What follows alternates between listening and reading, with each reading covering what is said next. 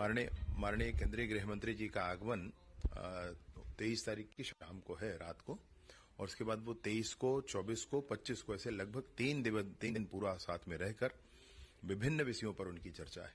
नक्सलिज्म पर भी और लॉ एंड ऑर्डर पर भी, और सारे विषयों पर है। नक्सलिज्म पर विशेष रूप से जो विषय है, उसमें पहली बैठक जो है उसमें आज एक संयुक्त रणनीति के आधार पर काम किया जाएगा। माननीय अमित शाह जी छत्तीसगढ़ को केंद्र बना के इतनी बड़ी बैठक कर रहे हैं, मतलब ये है जो मोदी जी की गारंटी है छत्तीसगढ़ को नक्सल मुक्त करने की, तो उसकी ओर एक मजबूत कदम है ये कि छत्तीसगढ़ के लिए ये बैठक बहुत महत्वपूर्ण साबित होगी। उसकी शुरुआत देखें ना, 150 के आसपास, 49-50 के आसपास नक्सली मारे गए, 29 नए कैंप खुलने हैं, अभी नियत नेलार शुरू हुआ है, तो ये सब उसी के ही पार्ट हैं। केंद्रीय गृह मंत्री श्री अमित शाह देश के वरिष्ठ नेता हैं। उनका छत्तीसगढ़ आगमन हो रहा है। कारण तो बताया जा रहा है कि माओवाद को लेकर वे जिस तरीके से भाजपा की छत्तीसगढ़ इकाई में मतभेद चल रहे हैं, शासन प्रशासन पे भाजपा सरकार का नियंत्रण नहीं रह गया है। कलेक्टर कार्यालय जलाने की बलौदा बाजार की गंभीर घटना हुई है। सत्नामी समाज में और प्रदेश के हर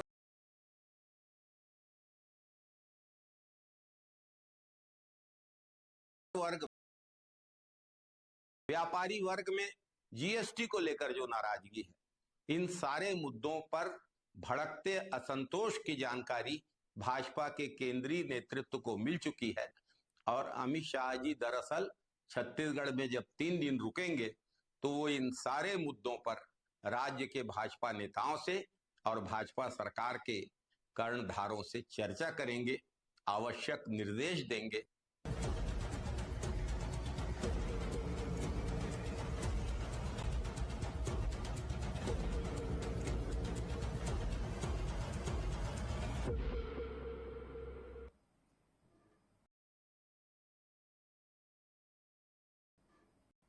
नमस्कार, मैं हूं मोहन तिवारी। आज के मुद्दे में आपका स्वागत है और आज का मुद्दा हमारा आधारित है अमित शाह का छत्तीसगढ़ दौरा होने जा रहा है। जी हां, इस दौरे का मिनट टू मिनट कार्यक्रम आ चुका है और जैसे ही ये कार्यक्रम आया है उसके बाद से पूरे प्रदेश में एक तरीके से अलर्टनेस आ गई है। राज्य की सरकारें अपने अपने स्तर पर तैयारियों में जुट गई हैं। इसके साथ ही छत्तीसगढ़ की अगर हम बात करें तो आज ही मुख्यमंत्री ने एक आवश्यक बैठक ली है, रिव्यू मीटिंग की है और कहा यह जा रहा है कि यह बैठक जरूर नक्सलवाद को लेकर हो रही है, लेकिन ओवरऑल अमित शाह छत्तीसगढ़ पहुंचने के बाद छत्तीसगढ़ के कामकाज की भी समीक्षा करेंगे। तो नक्सलवाद एक मुख्य केंद्र बिंदु इस दौरे का। दूसरा पार्ट, छत्तीसगढ़ में अब तक सरकार ने क्या किया है, किस तरीके से सत्ता और संगठन चल रहे हैं, इन्हीं सब बातों पर चर्चा होगी। तो शाह की जो समीक्षा है वो क्या लेकर आएगी, किस तरीके से उसमें मंथन से विष या फिर अमृत निकलेगा, इसी सब पर आज हम चर्चा करेंगे। मिल लेते उन मेहमानों से जो इस चर्चा में हमारे साथ रहेंगे। हम बहुत स्वागत करेंगे हमारे साथ इस पूरे मामले में हमारे स्टूडियो में राजनीतिक विश्लेषण लेकर पहुंचे हुए राजनीतिक विश्लेषक और वरिष्ठ पत्रकार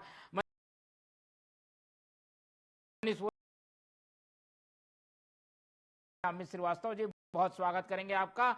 और बीजेपी का पक्ष रखने के लिए हमारे साथ जुड़ रहे हैं आलोक सोनी जी, बहुत स्वागत है आपका। तो तीनों मेहमान हमारे साथ बने हुए हैं। भूमिका हमने बता दी है कि राजनीतिक बयान क्या कुछ कह रहे हैं। अब एक एक करके प्रतिक्रिया का दौर शुरू करते हैं। सबसे पहले बीजेपी की ओर चलते हैं।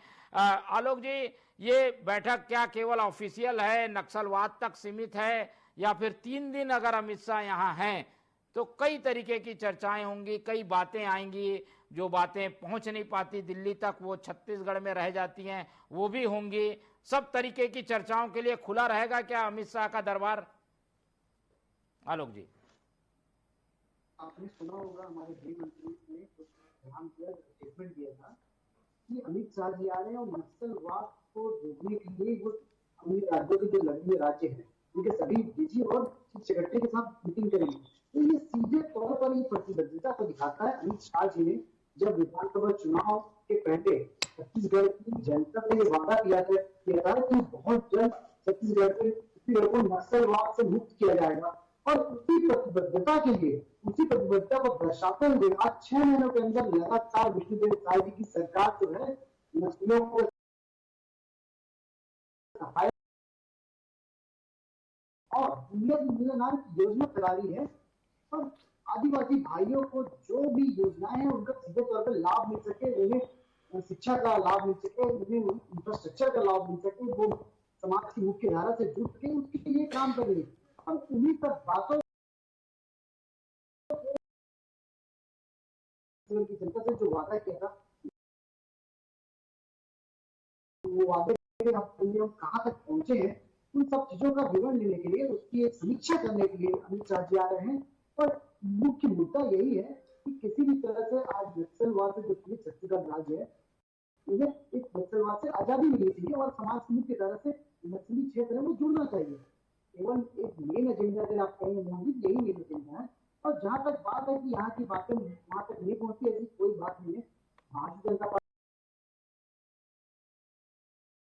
संगठन और केडर पार्टी है, जो भारतीय जनता पार्टी का आदेश होता है वो हर किसी को मानना होता है, चाहे वो मुख्यमंत्री हो, चाहे वो मंत्री हो, चाहे वो कार्यकर्ता हो, जो भी आदेश होता है वो पार्टी का आदेश तो होता है।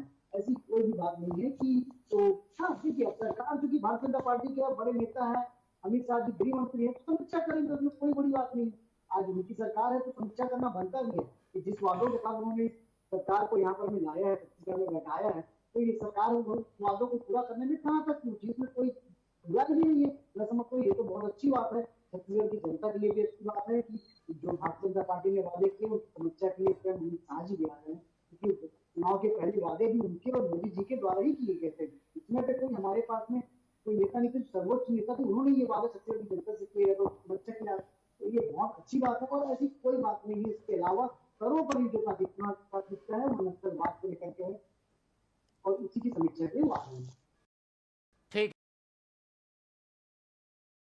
एक दिन पूरा छत्तीसगढ़ में बिताने वाले हैं, रात में भी उनकी कई मुलाकातें होंगी, सुबह लौटने से पहले भी मुलाकातें होंगी और बैठक के बाद भी उनको कई लोगों से मिलना है। इसलिए कई तरीके के कयास लगाए जा रहे हैं कि केवल नक्सलवाद ही इस पूरे दौरे का केंद्र है या फिर कुछ और वजहें भी हो सकती है। मनीष वोरा जी से पहले समझ लेते हैं। मनीष जी, बीजेपी तो यही बात कहेगी कि भाई जो दौरे का मुख्य उद्देश्य है उसी लिए वो आए हैं और जो नेताओं का मेलजोल होता है वो होगा, पर इससे कुछ ऐसा अर्थ ना निकाला जाए कि कोई बड़ी समीक्षा करके कोई डिसीजन मेकिंग जैसी चीजें होंगी। क्या ये सही है? क्या आपको क्या इंटरनल जानकारी है इस दौरे को लेकर?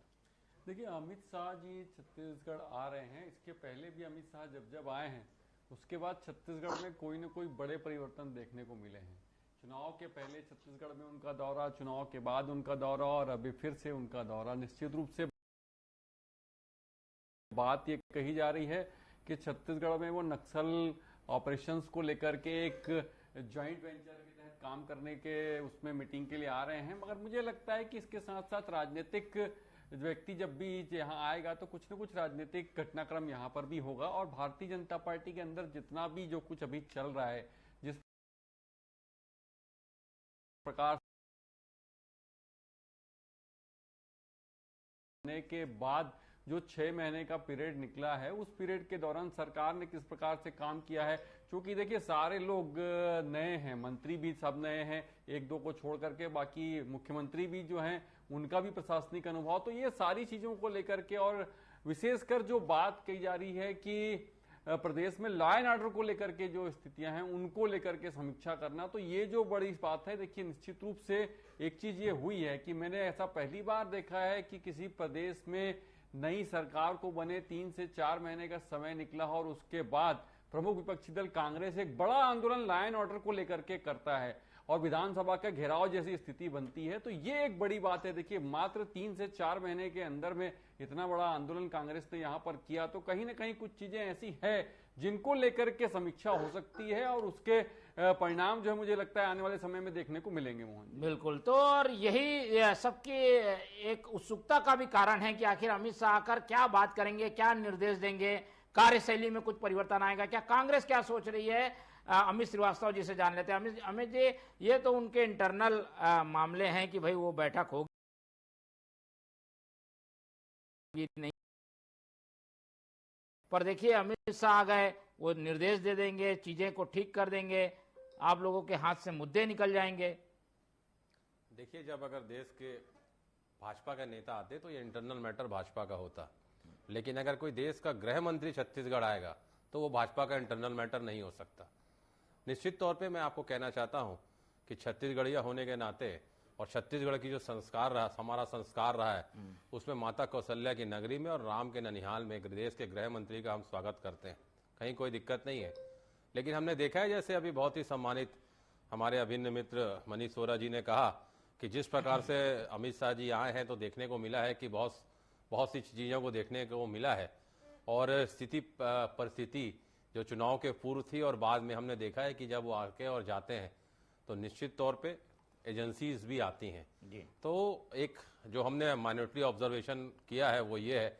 दूसरा बात रही बात, उन्होंने भाजपा के सम्मानित प्रवक्ता ने कही कि नक्सलवाद पे चर्चा होगी, तो निश्चित तौर पे चर्चा होनी चाहिए, समाधान भी निकलना चाहिए, लेकिन मुझे ऐसा लगता है कि सिर्फ चर्चा से बात नहीं बनेगी, आपको अब उस पर समाधान भी निकालना पड़ेगा। और लगातार जिस प्रकार से मैं कहना चाहता हूं कि और भी जिस प्रकार से अभी मनीष भैया ने कहा कि लगातार अगर आप देखेंगे इन 8 महीनों में जिस प्रकार से सरकार घिरी है और जिस प्रकार से अपराध यहां पर हुए हैं, घटित हुए हैं, ये सारी चीजों को लेके मुझे ऐसा लगता है कि कहीं ना कहीं इनकी क्लास भाजपाइयों की लगने वाली है। लेकिन मैं कहता हूं कि कोशिश कर, हल निकलेगा, आज नहीं तो कल निकलेगा, अर्जुन सा लक्ष्य रख, निशाना लगा, फिर मरुस्थल में भी जल निकलेगा।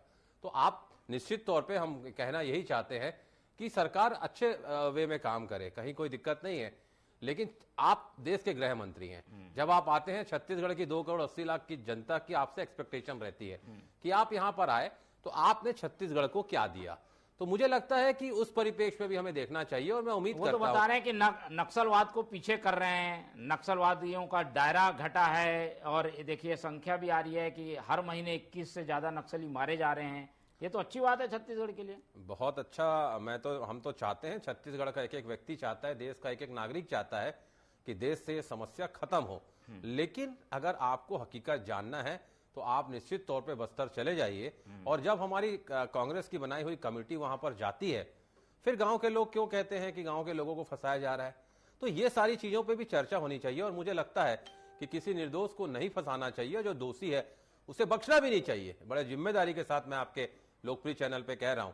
लेकिन मैं फिर कहना चाहता हूं, अगर देश के गृह मंत्री यहां पर आते हैं तो छत्तीसगढ़ के लिए क्या बेहतर वो दे सकते हैं, अगर वो देके जाएं तो 2 करोड़ 80 लाख जनता जो छत्तीसगढ़ की, उन सब की तरफ से हम उन्हें धन्यवाद देने में भी पीछे नहीं रहेंगे।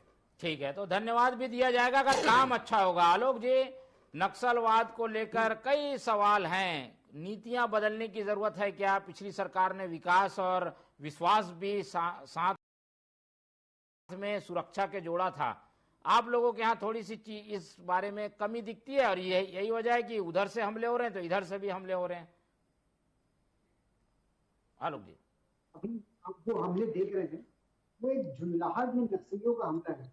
उन्हें अपनी जमीन जो है वो छूटती हुई नजर आ रही है, ये इस वजह से हमले किए जा रहे हैं। लेकिन आप एक रोड मैप देखेंगे कैसे तैयार किया गया है, और इन्हीं सब बातों को समीक्षा करने के लिए कि कैसे आज जब हम यहाँ पे नकलियों को हमला करते हैं, वो किसी और राज्य की तरफ चले जाते हैं, वहां से फिर एक कोऑर्डिनेशन, तो ये कोऑर्डिनेशन बनाने की कोशिश की जा रही है कि सभी राज्य जो आपस में नक्सलवाद से पीड़ित है, जो उनके बॉर्डर्स लगे हुए हैं, वो आपस में एक सामंजस्य बना करके काम कर सके, ताकि नक्सलवाद को कहीं छुपने की जगह मिले, कहीं भागने की जगह मिले। और भारतीय जनता पार्टी ने शुरू से ही अपने कथनी और करनी में कोई फर्क नहीं रखा है। उन्होंने जो वादे किए वो वादों को निभाया है। आदरणीय अमित शाह जी ने कहा था हम धारा 370 हटा देंगे, उन्होंने हटा दिया। उन्होंने कहा था हम राम मंदिर बनाएंगे, हम बना दिए। ये अब मुझे समझ में नहीं आता कि जब भी कोई देश प्रेम वाली बात होती है, देशभक्ति वाली बात होती है, देश की हित वाली बात होती है, वहां पर भी राजनीति करने के लिए कांग्रेस क्यों खड़ी जाती है? उसमें तो इनको साफ क्या चाहिए। नहीं, आलोक जी, 7 राज्यों में जो नक्सलवाद की समस्या है उसमें छत्तीसगढ़ सबसे ज्यादा प्रभावित है, और वहां पर जब भी आप लोग एक्शन करते हैं ये बात आती है कि ग्रामीणों को मार दिया गया। इसको कैसे निपटेंगे? नक्सलवादी और ग्रामीण एकदम ऐसे हो गए कि उन्हें अलग करना मुश्किल हो जाता है। कुछ नीतियों में बदलाव होगा क्या? उस पे जो है वो आंतरिक रूप से जो चर्चा होगी वो हम तक तो नहीं पहुंच सकती, क्योंकि ये सब चीजें प्राइवेट और सीक्रेट अपनी वाली चीजें होती हैं। उस पे चर्चा यहाँ पर हम चैनल पे भी नहीं कर सकते। हो सकता है कुछ विशेषज्ञ होंगे बारे में बहुत अच्छे से आपको बता पाएंगे कि वो कैसे। लेकिन एक इंटेंशन की बात होती है, एक इंटेंट की बात होती है कि अमित शाह जी ने आज 6-8 महीने पहले इस बारे में घोषणा की थी कि हम छत्तीसगढ़ को नक्सल मुक्त कर देंगे। और उनका इंटेंट देखिए, और उनका वो इंटेंट देखिए, और वापस से वो इस चीज को रिव्यू करने आए। और एक बात में कहूंगा था और भी बाकी लोगों से कहूंगा कि छत्तीसगढ़ की शासन की कार्य प्रणाली, तो भाई यदि अगर कोई शासन कर रहा है तो छत्तीसगढ़ में भी भारतीय जनता पार्टी का शासन है और उसकी समीक्षा की जा रही है और हमारे बड़े नेताओं के द्वारा की जा रही है, तो ये समीक्षा तो हमेशा आवश्यक है। आपको अच्छा काम करने के लिए आपकी समीक्षा, कार्यों की समीक्षा करना भी आवश्यक है। यही बात जो है पिछले 5 वर्ष के कार्यकालों में जब कांग्रेस का शासन था तब समीक्षा जैसी कोई चीज ही नहीं हुई। जब यदि समीक्षा होती है और आपके कार्यों का आकलन होता है तभी आप अच्छा करने के लिए आगे बढ़ते हैं। तो उसमें भी राजनीति क्यों? उसमें क्यों ना बार अमित श्रीवास्तव जी जवाब देंगे। राजनीति हर बार होती है, ये तो एक काम करने की शैली है, दौरा करना, मिलना, निर्देश देना। इसमें राजनीति क्यों कर रही है कांग्रेस? देखिए, कांग्रेस राजनीति नहीं कर रही है, लेकिन मेरे अभी छोटे भाई आलोक ने जैसा कहा कि हम समीक्षा नहीं करते थे, तो मुझे लगता है कि भाजपा के सम्मानित प्रवक्ता को अपना ज्ञान को दुरुस्त कर लेना चाहिए। हमने थोड़ी कहा कि आप समीक्षा मत करिए, अच्छा और हम हमेशा हम उसमें रहे हैं, इस फेवर में रहे हैं कि उसका कंक्लूजन पे हमें बात होनी चाहिए। लेकिन आप देखिए कि जब आपका शासन रहता है तो वही 14 जिलों में पसर जाती है वो समस्या, और जब हमारा शासन आया तो वो 2 जिलों तक सिमट गई। और वहां की जब हम सरगुजा विकास प्राधिकरण, बस्तर विकास प्राधिकरण में जब हमने वहां पर स्थानीय लोगों को बैठाया कि वहां के बस्तर जो जंगल जमीन के असली हकदार हैं उनकी प्रायोरिटीज वही फिक्स करें, तो उनमें विश्वास आया। और जिस प्रकार से हमने बस्तर के आदिवासियों को वहां पर लैंड वापस करी, उन्हें लगा ये हमारी अपनी सरकार है। हम उनको सुरक्षा भी देते थे, हम उनमें विश्वास भी अर्जित करते थे, और जब उनके बच्चों को हम अच्छी शिक्षा देने का प्रयास करते थे, स्कूल रीओपन करते थे, जब हम अंतिम पंक्ति में बैठे हुए अंतिम व्यक्ति तक को सरकारी योजनाओं का लाभ पहुंचाते थे, कुपोषण के लिए हम लड़ाई लड़ते थे, तो उन्हें लगा ये हमारी अपनी सरकार है। श्रीवास्तव जी, लेकिन ये तो मानेंगे कि केंद्र यहाँ तवज्जो दे रही है। आपकी सरकार थी तो भी इसी तरीके के अमित शाह के दौरे होते थे, लगातार वो आ रहे हैं, मॉनिटरिंग कर रहे हैं। छत्तीसगढ़ को तो महत्व मिल रहा है ना केंद्र सरकार से भी। देखिए, मैं बिल्कुल जिम्मेदारी के साथ आपके साथ कहना चाहता हूं कि मैं विरोध करने वाला ही प्रवक्ता नहीं हूं। मैं एक और बात आपके माध्यम से कहना चाहता हूं, ये राष्ट्रीय समस्या है, लेकिन बड़ी जिम्मेदारी के साथ मैं एक और प्रश्न उठाना चाहता होगा मोहन जी, यही गृह मंत्री जी छत्तीसगढ़ से ले लिए थे कि आपकी सुरक्षा हमने की है। मुझे लगता है उस पर भी अब उन्हें विचार करना चाहिए, और हमारी सरकार ना सही लेकिन छत्तीसगढ़ सरकार को वो पैसा रिफंड करना चाहिए। ठीक है, चलिए ये अलग मैटर है, लेकिन अलग मैटर नहीं है, छत्तीसगढ़ से जुड़ा हुआ हित का विषय है। मैंने कहा, बड़ा दिल दिखाते हुए कहा कि हमारी सरकार नहीं है, लेकिन अगर भाजपा की आज भी छत्तीसगढ़ में सरकार है तो उनके ही गृह मंत्री से मैं निवेदन करना चाहता हूं, जो छत्तीसगढ़ के हक और अधिकार का पैसा है जो आपने लिया ये तो करार है केंद्र और राज्य के बीच इस तरीके का कि अगर वहां पर डिप्लॉयमेंट अधिक होता है सीआरपीएफ का तो उसको कुछ जो है ऐसा नहीं है मोहन जी। अगर आप देखेंगे कहीं एरिया वाइज, मनीष जी इस पे अभी मुझे लगता है प्रकाश डालेंगे, लेकिन जब संवेदनशील एरिया होता है उसके लिए क्राइटेरिया अलग होता है। और जिस प्रकार से आपने खुद ही कहा कि ये 7 राज्यों से घिरा हुआ जो हमारा छत्तीसगढ़ है, यहाँ ये समस्या थोड़ा ज्यादा विकराल थी, आपने स्वतः ही अभी कहा। तो मैं आपके ही कोर्ट को कोट करते हुए कह रहा हूं कि अगर छत्तीसगढ़ को विशेष राज्य का दर्जा इनको देके एक प्रायोरिटी फिक्स करना चाहिए। और ये समस्या, हमारा बस्तर इतना खूबसूरत है, अगर ये समस्या से हट जाए तो पूरा विश्व का पर्यटन यहां पर आएगा। ठीक है, तो हम दूसरे पक्ष पर भी चर्चा कर लेते हैं। ये तो एक पहलू रहा दौरे का जो कि नक्सलवाद पर केंद्रित है कि आखिर संगठन को लेकर क्या सोच रहे होंगे, सरकार के कामकाज को लेकर भी कुछ अमित शाह फीडबैक उनके पास भी होगा, उसको लेकर कुछ विशेष निर्देश दे सकते हैं, या निगम मंडल की चीजें भी इसमें डिस्कशन होंगी, क्या हो सकता है? बहुत अच्छा प्रश्न उठाया आपने कार्यकर्ताओं के लिए, मैं जरूर बोलूंगा। जी, मनीष जी से बात जी। देखिए, निश्चित रूप से मोहन जी, आपने जो बातें उठाई हैं वो सारी चीजें, जब कोई केंद्रीय नेतृत्व आता है निश्चित रूप से, और केंद्र का गृह मंत्री जब आए, तो मुझे लगता है निश्चित रूप से कुछ न कुछ चीजें ऐसी है जिनको लेकर के बातचीत हो सकती है। और देखिए, लगातार एक बात ये आ रही है कि कार्यकर्ताओं को निगम मंडल आयोग में नियुक्ति को लेकर के लगातार कयास लगाए जा रहे हैं, लेकिन उस पर कोई भी निर्णय नहीं हो रहा। उसके साथ साथ मंत्रिमंडल के पुनर्गठन को लेकर भी बातचीतें लगातार हो रही है, मगर कुछ दिख नहीं रहा है। तो ये जो स्थितियां बनी हुई है, इन स्थितियों में क्या परिस्थितियां छत्तीसगढ़ की हैं, किनको किस आधार पर मंत्रिमंडल में शामिल किया जा सकता है, किन किन लोगों को निगम मंडल आयोग में जगह दी जा सकती है, देखिए ये बहुत बड़ा प्रश्न है। अमित जी जैसा कह रहे थे, निश्चित रूप से ये बात है कि कार्यकर्ताओं ने तो परिश्रम की पराकाष्ठा करके पार्टी को सत्ता के सिंहासन तक पहुंचा दिया, लेकिन अब जब उन्हीं कार्यकर्ताओं को सत्ता में भागीदारी देने का अवसर है, उस समय पार्टी जो है लगातार कुछ न कुछ बहाने करके और इन चीजों को लगातार डिले करती रहती है। ये निश्चित रूप से तो अमित शाह के दौरे में ये सब आता होगा क्या, डिस्कशन में ये बात हो? बिल्कुल बिल्कुल मोहन जी, मुझे लगता है 100% ये सारी चीजें आएंगी। और अमित शाह जैसा व्यक्ति यदि आ रहा है तो निश्चित रूप से जिनको केंद्र में न केवल सरकार में नंबर 2 का पोजीशन हासिल है, बल्कि ये भी कहा जाता है कि संगठन में भी उनकी पकड़ उतनी ही तगड़ी है।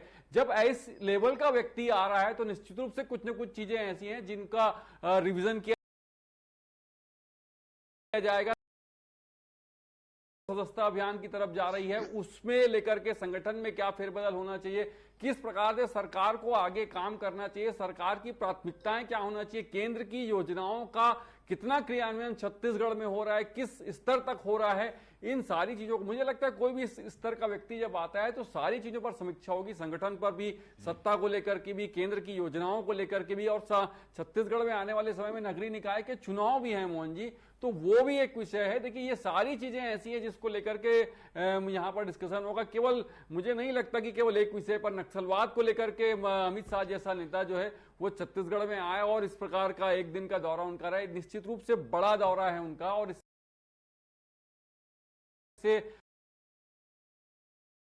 आए थे जब पार्टी विपक्ष में थी, उस समय उन्होंने कहा था कि हम छत्तीसगढ़ से नक्सलवाद का समूल नाश करेंगे और उसके लिए हम प्रतिबद्ध हैं। तो ये जो बात उन्होंने कही थी, उस बात को भी अमली जामा पहनाने का जो अवसर है, जैसा कि लगातार भाजपा के प्रवक्ता कह भी रहे हैं कि हम जो कहते हैं वो करके दिखाते हैं, तो उस बात को प्रूव करने के लिए भी, ताकि ये भी दिखे कि निश्चित रूप से भारतीय जनता पार्टी इस बात के लिए गंभीर है और हमने जो कहा था वो हम करके दिखा रहे हैं, उस चीज को हम डिलीवर कर रहे हैं। इसलिए नक्सलवाद को लेकर के एक ज्वाइंट ऑपरेशन की बात हो रही है कि गृह मंत्री जी जो हैं प्रदेश के, उन्होंने भी इस बात को कहा है कि नक्सलवाद पर हम बातचीत होगी और उसको लेकर के मीटिंग होगी, 7 राज्यों के प्रमुख वहां पर आएंगे। तो ये बड़ा फैसला है। इसके पहले भी हालांकि इस प्रकार की मीटिंग हुई है, इसके पहले विधानसभा में नक्सलवाद को लेकर क्लोज डोर मीटिंग भी हुई, लेकिन नक्सलवाद के समाप्ति और उसका परिणाम दिखना चाहिए। बिल्कुल। और अमित शाह खास तौर पर छत्तीसगढ़ पर तवज्जो देते रहे हैं। जब विपक्ष में थी भाजपा तो भी वो बार बार आते थे, और अब आए हैं तो जरूर उनके सामने कई चीजें आएंगी। अमित जी, आप कुछ इसमें जोड़ना चाह रहे थे क्या? दौरे में कार्यकर्ताओं के लिए भी कुछ रहेगा और कांग्रेस को इसमें क्या इंटरेस्ट है? देखिए, इंटरेस्ट की बात नहीं है मोहन जी। जब व्यक्ति मेहनत करता है और जब किसी जीत का श्रेय आप लेंगे, हार का ठिकरा आप कार्यकर्ताओं पे आपने फोड़ा था, ये नहीं चलेगा। आप भी तो 1 साल बाद ही निगम मंडल बांट पाए थे। मोहन जी सुन लीजिए मेरी बात, मैं आपको एक ही चीज कहना चाहता हूं। कहते हैं ना कि पेड़ के कटने का किस्सा नहीं होता अगर कुल्हाड़ी में लकड़ी का हिस्सा नहीं होता। तो मोहन जी, अगर कार्यकर्ता खुश नहीं होगा तो मुझे लगता है कि कार्यकर्ता को तत्काल देना जो है उनका वाजिब हक और अधिकार है। क्यों पार्टियां उसे उनको विमुख रखती हैं, मुझे एक चीज समझ में नहीं आता। आज अगर अमित शाह जी आ रहे हैं तो मैं चलिए दूसरे वे में जाता हूं। आपने कहा कि अमित शाह जी हमारे देश के गृह मंत्री हैं, तो मैं आपके लोकप्रिय चैनल के माध्यम से, आपका चैनल बहुत देखा जाता है, तो मैं आपके चैनल के माध्यम से बड़ी विनम्रता के साथ 2 मांग उनसे रखना चाहता हूं जो छत्तीसगढ़ की जनता चाहती है। एक तो जो दुखद घटना छत्तीसगढ़ में हुई थी बलौदा बाजार में, उसकी सीबीआई की जांच होनी चाहिए, पहली चीज। दूसरी चीज, झीरम कांड, जिसे हम हमेशा कहते हैं कि साजिश हुई है, उस परिवार ने कहा है उसे आज तक न्याय नहीं मिला है। देश के सर्वोच्च पद पे बैठे हुए हमारे देश के गृह मंत्री से मैं आग्रह करता हूं कि आए और अपने इस दौरे में दोनों की सीबीआई जांच की, वो इंक्वायरी की घोषणा करें। क्योंकि अगर आप छत्तीसगढ़ में पीएससी की, मैं फिर कह रहा हूं, हम स्वागत करते हैं। आपकी एक सरकार थी, आपने एक मिनट मोहन जी, आपने पीएससी की सीबीआई जांच करवाई, आपने बिरनपुर की जांच करवाई, अब आप कह रहे हैं आप महादेव जांच करवा रहे हैं, ऐप की जांच करवा रहे हैं। तो ये दो की आप, अगर आप बलौदाबाजार कांड की जांच आप क्यों नहीं कराना चाहते? दूसरा, हमारे नेताओं को आज तक न्याय नहीं मिला है। मैं आलोक जी से भी कहना चाहता हूं, मेरे छोटे भाई हैं, उनसे भी कहना चाहता हूं, आप सरकार तक ये बात पहुंचाइए कि हम छत्तीसगढ़ियों की ये दो मांग है और तत्काल गृह मंत्री जी इस पर निर्णय लें। ठीक है, तो आलोक जी कुछ बात पहुंचाइए, यहाँ गृह मंत्री जी जब आएंगे तो पार्टी ये बात भी रखे। जल्दी आखिरी कमेंट आप। देखिए, भारतीय जनता पार्टी जो है वो एक संगठनात्मक पार्टी है, अनुशासनिक पार्टी है। यहाँ पर जो सबसे बड़ा पद होता है मोहन जी, वो कार्यकर्ता का होता है। कार्यकर्ता सर्वोपरि है। उसे किसी पद के लालच से उसने भारतीय जनता पार्टी ज्वाइन नहीं की है, और ना ही वो भारतीय जनता पार्टी के लिए किसी पद के लालच में काम कर रहा है। ये कार्य प्रणाली पूरी तरह से, इसकी रीति नीति पूरी तरह से अलग है।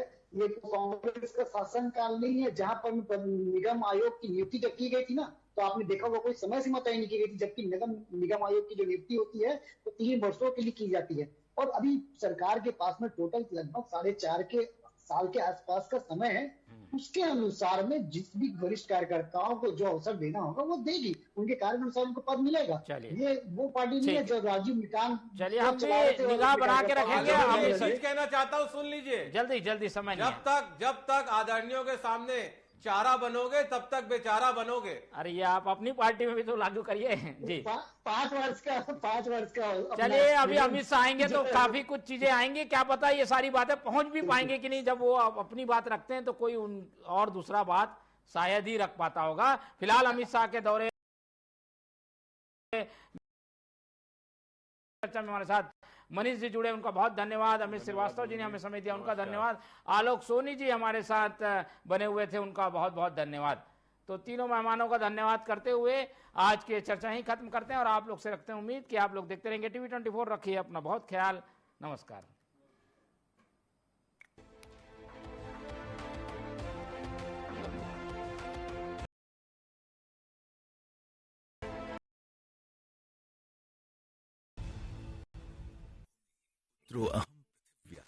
अर्थात ये भूमि हमारी माता है और हम सब इसके पुत्र हैं। इसी भाव का अनुकरणीय उदाहरण है एक पेड़ मां के नाम अभियान। यशस्वी प्रधानमंत्री श्री नरेंद्र मोदी जी की प्रेरणा से उत्तर प्रदेश में वृक्षारोपण जन अभियान ने ले लिया है जन आंदोलन का स्वरूप। विगत 7 वर्षों में समय समय पर संपन्न हुए वृक्षारोपण से हुआ है 168 करोड़ से अधिक पौधरोपण। इससे बढ़ा है उत्तर प्रदेश के वनावरण का दायरा। माननीय मुख्यमंत्री योगी आदित्यनाथ के परिवर्तनकारी नेतृत्व में पर्यावरण संरक्षण को मिली है नई दिशा। एक्सप्रेसवे, हाईवे के किनारे सर्विस लेन के साथ ही हरित पट्टी में लगाए गए हैं छायादार, फलदार, औषधीय एवं पर्यावरणीय महत्व वाले पौधे। आइए